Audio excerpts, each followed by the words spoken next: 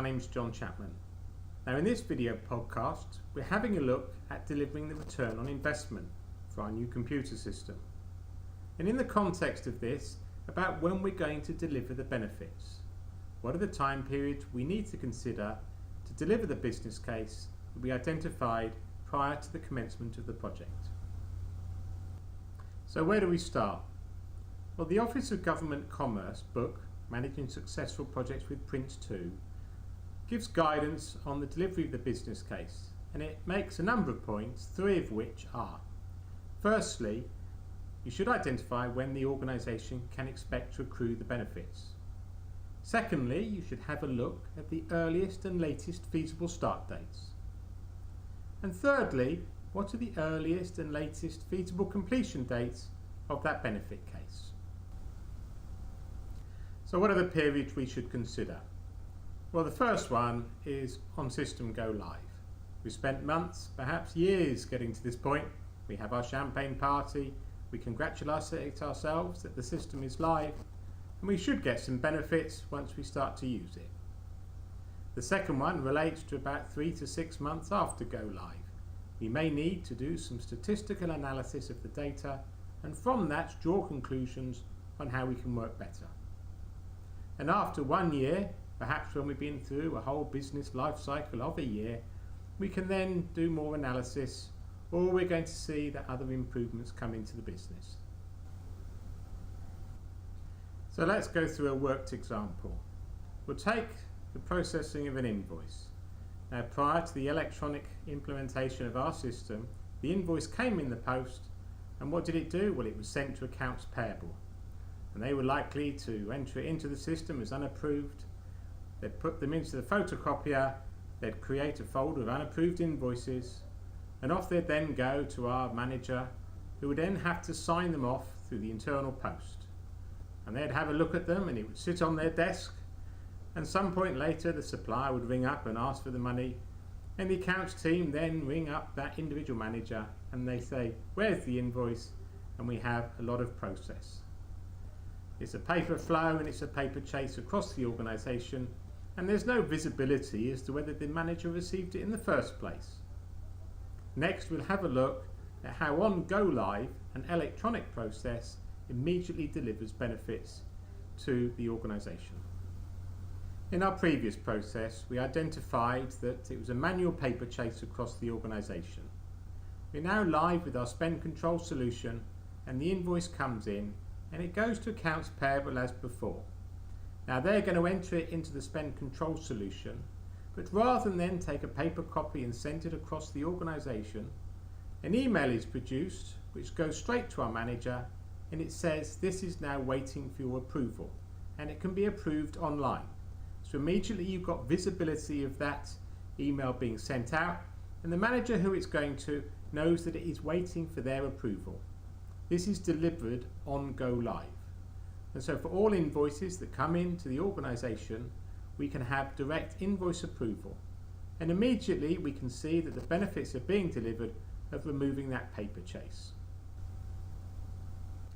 If you've seen my video podcast on benefit realisation and improving governance and compliance, you'll know this diagram.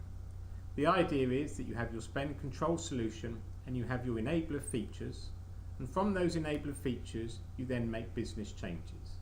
And in this example it's around having a look at the purchase order mandating for all purchases.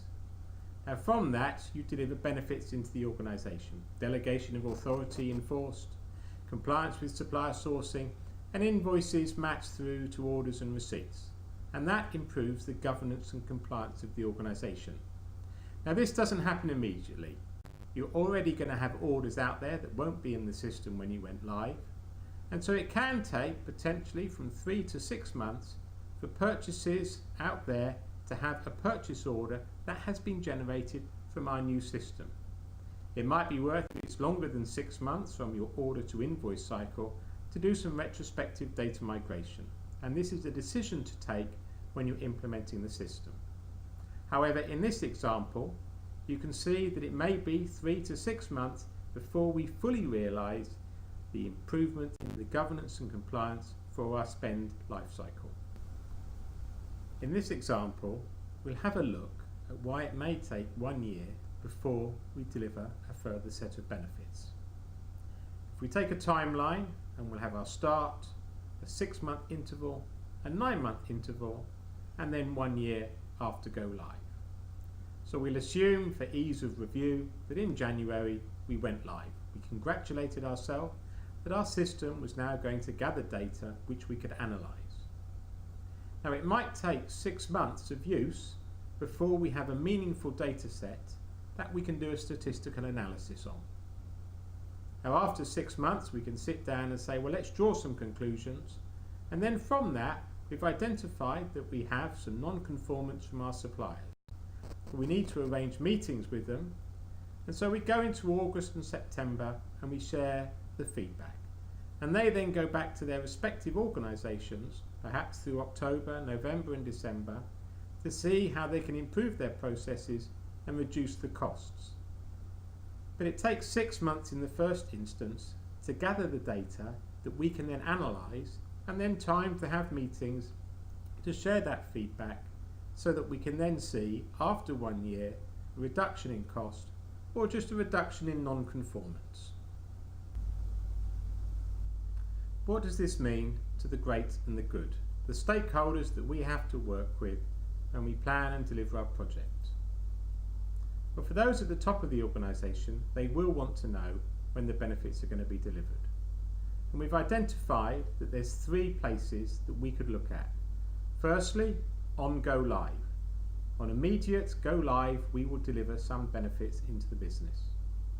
Perhaps after 3 to 6 months, as the system flows through and as old orders, perhaps as the example I showed you, come into the organisation, we then deliver further benefits. The last area was why it may take up to 1 year before we can realise fully all the benefits from our system. But what we should have in our benefit realisation plan, which we do as part of our project planning, is an identification as to what those benefits are and when they will be delivered into the business. My name is John Chapman. I do hope you have found this of interest. Please give us a call. We'd like to talk to you further about how we can work with your organisation.